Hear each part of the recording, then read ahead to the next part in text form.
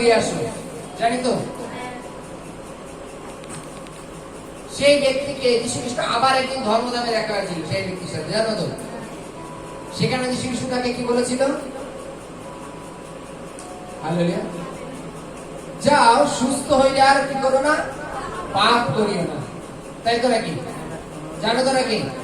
চলো হালেলুয়া, যাও সুস্থ হইলে আর পাপ করিও না।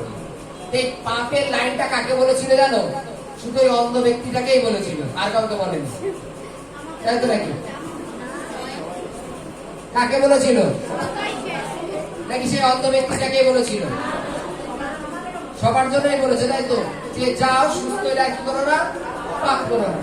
তাই এখানে আমরা যারা ধন্যবাদ দিচ্ছি যে ঈশ্বর আমাদের প্রত্যেকের জীবনে নতুন নতুন টেস্টমানি করেছে, নতুন ধন্যবাদ নিয়ে আসছে, এর থেকে আমাদের কি শিক্ষা দেয়? ওই বাক্যটা কি আমাদের জন্য কি প্রযোজ্য নয়? ওই নিয়মটা কি আমাদের জন্য কি লাগু নয়? তা সত্ত্বেও আমরা কেন ভাব করি?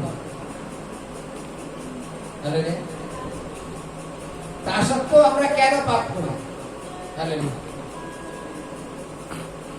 যে কোনো জিনিস যুক্তিসঙ্গত বললে সেটা খুব ভালো লাগে, এটা জানো তো। যুক্তিসঙ্গত বললে সেটা খুব ভালো লাগে। যদি উদাহরণস্বরূপ বলি যে আমার সম্পর্ক কোনো কারণে হয়তো